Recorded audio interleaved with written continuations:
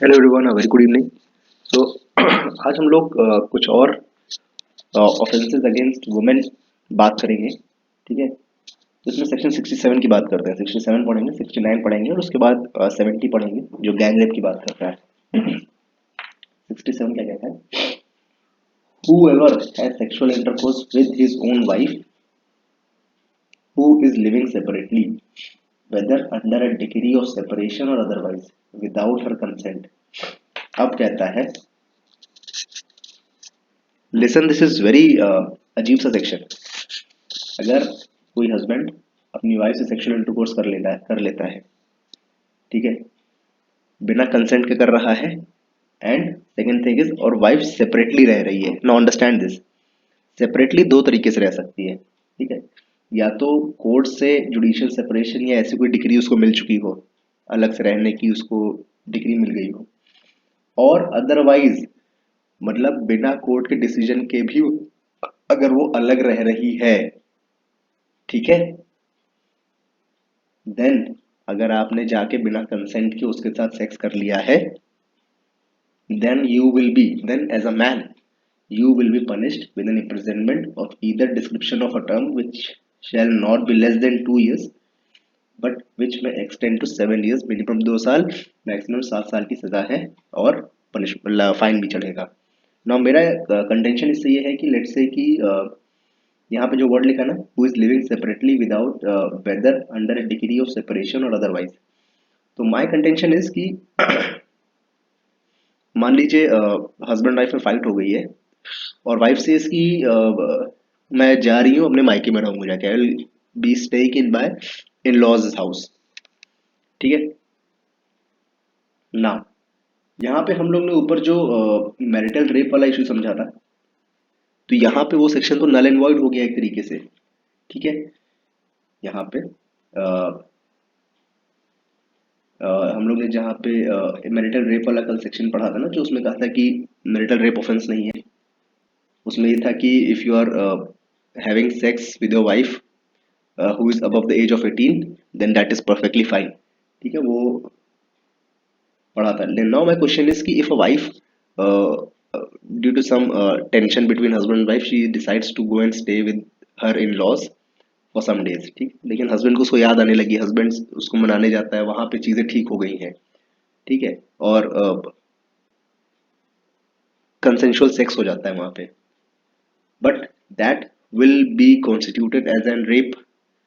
शादी होते हुए भी और अबव 18 होने के बावजूद भी यहाँ पे that will be given a definition of rape. ठीक है ना, तो सेक्शन 67 में ये इशू आएगा।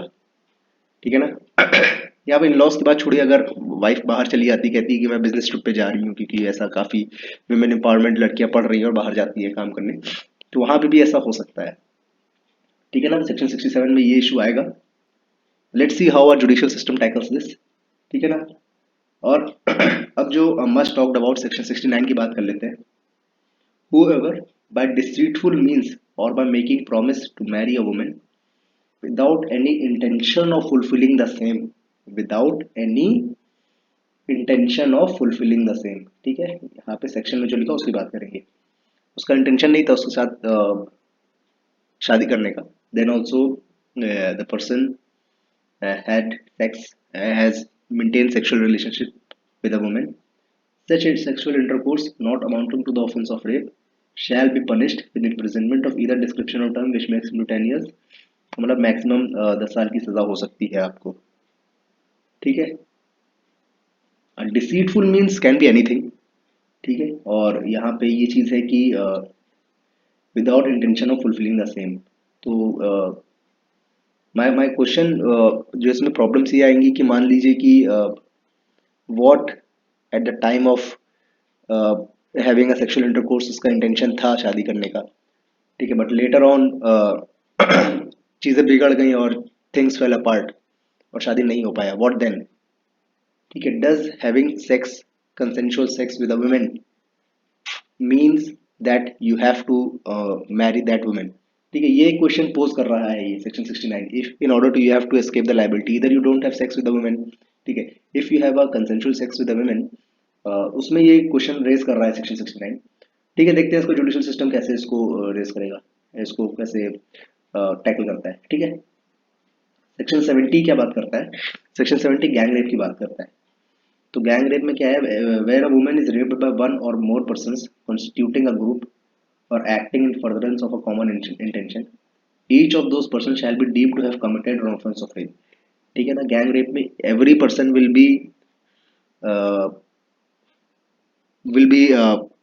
कॉन्स्टिट्यूटिंग अ रेप, ठीक है, वो रेप कर रहे होंगे, ठीक है, ईच एंड एवरी पर्सन, ठीक है। And shall be punished with the rigorous imprisonment for a term which shall not be less than 20 years, minimum 20 साल की सजा है भाई, ठीक है। इंपॉर्टेंट ये है, ठीक है, गैंग रेप की डेफिनेशन नहीं इंपॉर्टेंट है, बट सजा कितनी है वो इंपॉर्टेंट है। विच में इम्प्रिजनमेंट फॉर लाइफ, ठीक है, मैक्सिमम इम्प्रिजनमेंट फॉर लाइफ मतलब, ठीक है, which shall mean imprisonment for the remainder of person natural life, ठीक है। यहाँ पे इन्होंने क्लैरिफिकेशन दे दिया है इस चीज का, ठीक है। अब इसमें ज्यादा कुछ इंपॉर्टेंट है नहीं, ठीक है। अब ये हमने पढ़ लिया, सेक्शन 69 पढ़ा, 70 पढ़ा, सेक्शन 67 पढ़ा, ये तीन काफी इंपॉर्टेंट सेक्शंस थे, ठीक है। ये सेक्शन 67 की जो मैंने बात करी थी वो थोड़ा मुझे सेक्शन 67 और जो एक रेप, सेक्शन 63 में जो एक रेप का वो प्रोविजन था, जिसमें उसमें ऐसा था कि nothing is a rape if a person is having sex with a women, ठीक है। ये रहा एक्सेप्शन 2। सेक्शन 67 और सेक्शन 63 का एक्सेप्शन 2 थोड़ा सा मुझे कॉन्ट्रडिक्टरी लग रहा है कुछ सर्कमस्टेंसेज में, ठीक है। देखते हैं जुडिशियल सिस्टम कैसे इसको टैकल करता है, ठीक है। Till then thank you for watching and have a good day ahead.